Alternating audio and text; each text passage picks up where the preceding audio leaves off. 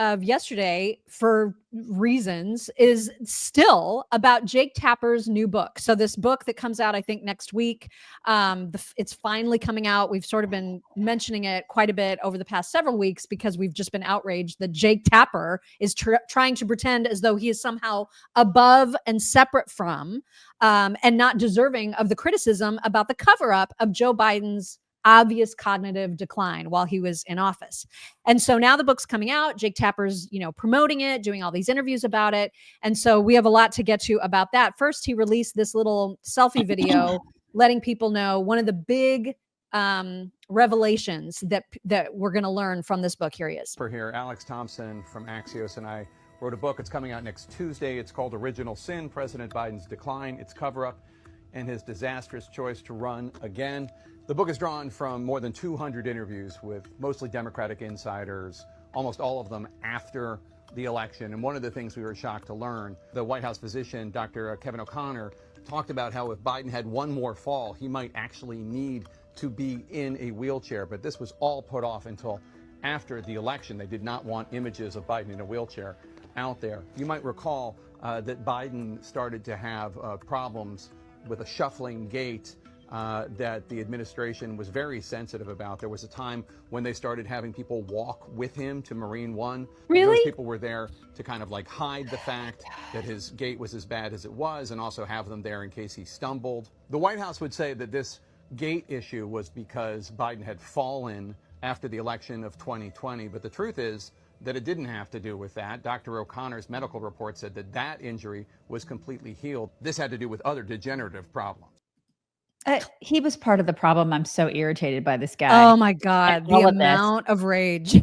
It's so much rage. I mean, and now he's wanting to profit off of it. And the amount of coverage that this is getting is just adding to the fact that he's going to make money off of this. People are going to buy it because all PR is good PR, right?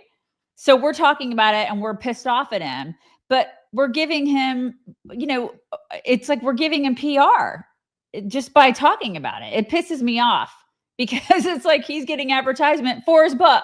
He's going to sell a crap ton of books and he's going to make a ton of money. And this is a huge grift is what it is. Oh, that's totally what it is. And that's what's so infuriating. And I think it's appropriate for us to be calling that out. Like anybody who's considering spending money on this needs to know that he is complicit. He's doing this to literally steal money from everybody because he was part of the problem. And we have a lot of evidence of that. It's like all those people that were like, they were against all the people who spoke out during COVID. And they were like, no, the shot is bad. This is bad. I'm not going to lock down. I'm not going to wear a mask. And they were the ones who were just demonizing all of us. And now they're like, you know what? You're right. We can say that. It's easy for you to say that now. And that's exactly what he's doing. And he's cashing in. It's gross. He's the grossest. Yeah, him and his co-writer or co-author, Alex Thompson, also absolutely disgusting. And he was on Twitter yesterday trying to defend all of this. And I just couldn't believe it. And the thing is, Jake mentioned in that video, we interviewed 200 people, almost all of them Democrats, who were only willing to tell us this after the election. The only thing that would give Jake Tapper a shred of credibility is to freaking name those people. And then those people need to go to jail because that was an illegal cover-up. You can't hide the condition of the president and have somebody else like the shadow government running the country and just telling us all that we're crazy for noticing that the president can't walk, can't talk, can't think. Yeah, because we all did it. We've been talking about it for 4 years. It takes zero credibility and zero courage to do what he's doing right now. Yeah. I mean, it's like you're a complete loser. You're a loser and a grifter. We see what you're doing. We have been talking about this. People on the right have been talking about it for 4 years. You guys called that what? What do they call it? What are the cheap fakes? Remember they? Oh yeah, we've got a clip about that too. Because Brian Stelter is just like, I can't believe this. I mean, it's just, oh my God, it's outrageous. So now Jake is making rounds through all the talk shows on his course. own network. And he is the way that he is spinning this is trying to say that the White House lied to him. What's he going to do? The White House lied. What is all he can What's do? He gonna is do? Just he's gonna try to make money now. say. He's gonna try to cash in now. That's what he's gonna do. Okay. I mean, he can't rely on his eyes and ears and his personal experience. No. He's going to take it from the White House. Here he is on that. I'm curious about what his advisors were saying at the time as you look at this, as you reported out this book. So the White House physician, Dr. Kevin O'Connor, was telling White House aides that President Biden's deterioration of his spine, the degeneration, was so significant that if he fell one more time, that he might have to be in a wheelchair and serve in a wheelchair for his second term. But everybody pushed off the notion that he use a wheelchair until after the election. This is all part of a larger whole where the Biden White House tried to hide the extent of his deterioration, both physical and cognitive, as much as possible. And this is just of a piece of an overall campaign to try to conceal from the American people the extent to which the president was really struggling to do his job. I can't. Meanwhile, White House press corps, though, following him around. And I'm just curious as to whether or not this kind of trying to hide what was happening with the president at the time had an impact on the press corps. Like, why didn't we hear some of these details from what they actually saw and were dealing with trying to get information? Well, Alex Thompson and I were on the case, as were lots of other reporters, trying to figure out what was going on behind the scenes. Oh, my God. But bottom line is the White House was lying, not only to the press, not only to the public, but they were lying to members of their own cabinet. They were lying to White House staffers. They were lying to Democratic members of Congress, to donors about how bad things had gotten. And in fact, Alex and I started writing this book after the election of 2024. And we spoke with more than 200 people, most of whom, almost all of whom, were Democrats, and almost all of whom wouldn't be honest with us or wouldn't be candid with us until after the election. And then after the election, we found out all of these things that when you looked at what was going on with President Biden at the time, it probably doesn't surprise you the extent to which he was deteriorating. But now we have anecdotes and facts about what was really going on behind the scenes with details that Democrats wouldn't share with us until after Election Day. He would have been delighted if Biden was reelected. 100%. Exactly. He would have been so excited if he was reelected, and then he would have covered for him even more for another 4 years. He would have covered for him. This whole thing is just unbelievable to me, how he's trying to profit off of this now, because he would have done it. He would have just lockstep been with the Democrats. Meanwhile, everybody on that side of the aisle hates the transparency that Trump gives. They hate it. They hate the fact that he's out there every day. He's telling everybody what's going on. They hate it. They love the fact that those people lied to them. Jake loved it. Jake was fine with it. He didn't ask any questions during that time. He didn't push back. He was like, "We're on the case." No, you weren't.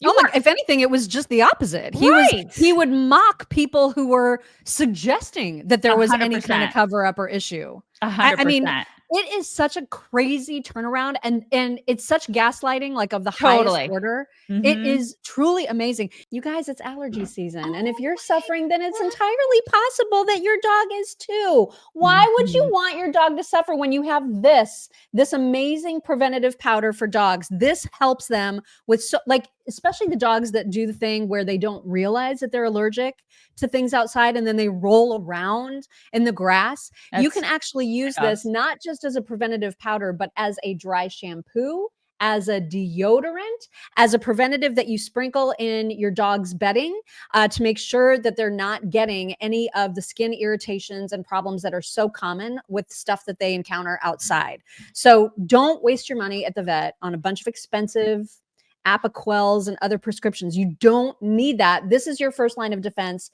It's the only thing that you need to make your dog feel better. So you can keep your dog's coat glowing with Coat Defense. All you have to do is visit coatdefense.com, and then you'll just use code CHICKS to get 15% off of your entire order. Don't forget, they also have shampoo which is fantastic because it doesn't strip the oils away from their skin that they need to keep their skin healthy. You can get it all, coatdefense.com code chicks. Let's take a little trip down memory lane. Let's do it.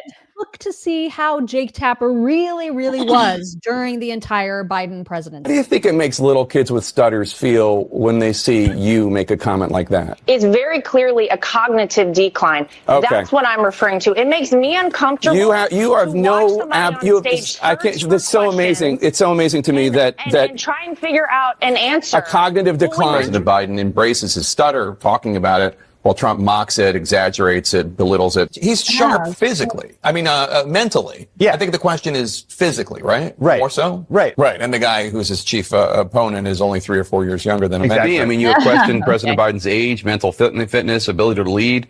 Of those supporting Biden, you said, quote, shame on all of you pretending everything is okay. You're leading us and him into a disaster. Do you worry that you damaged him at all?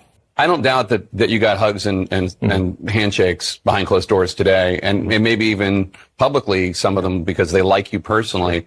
But I've heard a lot of really nasty stuff about you from your Democratic colleagues. Sure. I mean, just like, what is he thinking? Exercise in narcissism. I mean, false claims to the Wall Street Journal about President Biden's mental fitness and acuity. He's 81, and his memory, it doesn't seem great. It's not horrible, but I don't understand the outrage. Quote, behind closed doors, Biden shows signs of slipping, unquote. The Wall Street Journal is owned by News Corp, which is run by the Murdochs.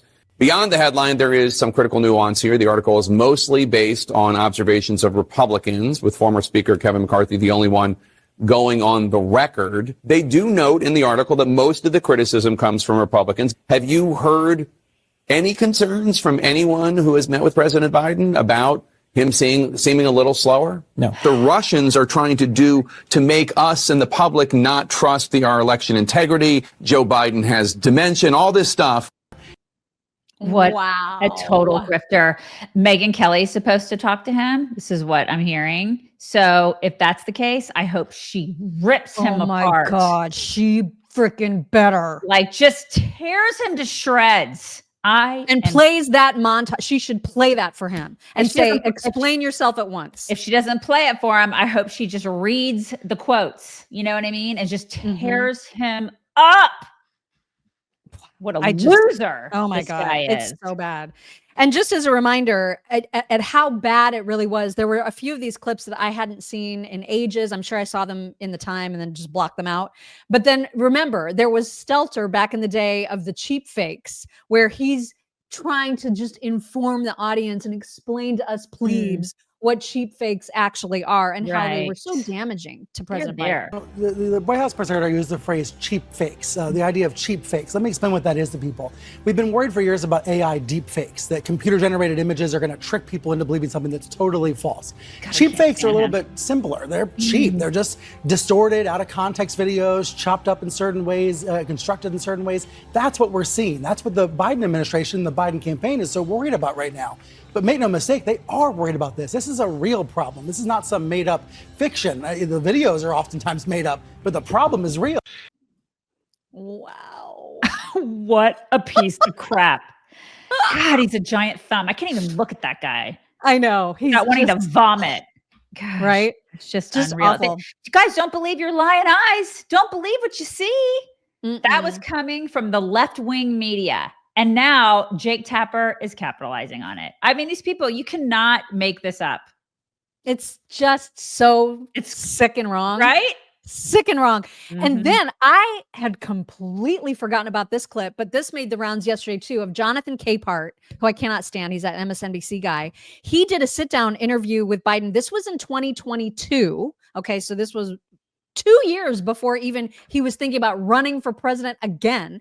2022, he has a sit down with him. It appears that in real time, Joe Biden falls asleep or like just completely fades away. And it was so obvious. Yeah, it totally breaks. It was so obvious to even Jonathan Capehart that he was like, oh, you can hear him say, oh, Mr. President, oh, wake up.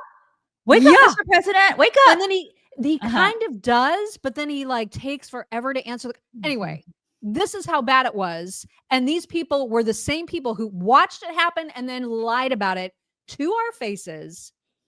Here we go. I've made that formal decision, but it's my intention to run again. And we have time to make that decision. Dr. Biden is for it.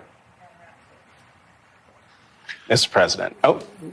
Dr. Biden thinks that, my wife thinks that, oh my God. that we're doing something very important. Oh my God. Yeah. I mean, do you remember, we talked about that for years. We talked about all of the instances like that. You guys remember? It's all we talked about. We were like, right. guys, look at this. Look, he is shitting his pants. He has no idea where he is. We talked about it for 4 straight years. And then Jake Tapper, and literally a year ago, was like, no, I mean, it's fine. I don't understand. Why are you this. making fun of his stutter? You guys are so mean. Laura Trump, shut up. I hate that guy. And then, so the montage of Jake was starting to go around, which prompted his co-author, Alex Thompson, to try to come out and defend him. And then people started going after Alex Thompson because Alex Thompson tweeted, this was in June of 2023, Biden's weird phrases are sometimes weaponized by the GOP to insinuate the 80-year-old president is in mental decline. But Biden has been using these unique phrases for years, even as some of his aides remain confused by their meaning. Yeah. This is the guy that's now going to try to profit on a cover-up that he was part of. Well, I mean, listen, my God. You got to get the coin where you can get it, right? These people are just insufferable, I swear. And then let's not forget Morning Joe, who this was like April, like February or April of 2024. Okay. So the very year that everybody is like, it's really starting to come to a head. This was Joe Scarborough in early 2024 about Biden. F you if you can't handle the truth. This version of Biden, intellectually, analytically, is the best Biden ever. Not a close second. And I've known him for years. The Brzezinskis have known him for 50 years. God, I can't. If it weren't the truth, I wouldn't say it. If it weren't the truth, I wouldn't say it. Okay, Joe. Yeah. I remember that. Oh my God. I mean, I specifically remember talking about that. And we were just like, what is going on with these people? Yeah. It's yeah, what a just clown, incredible. right? It is incredible. Oh my gosh.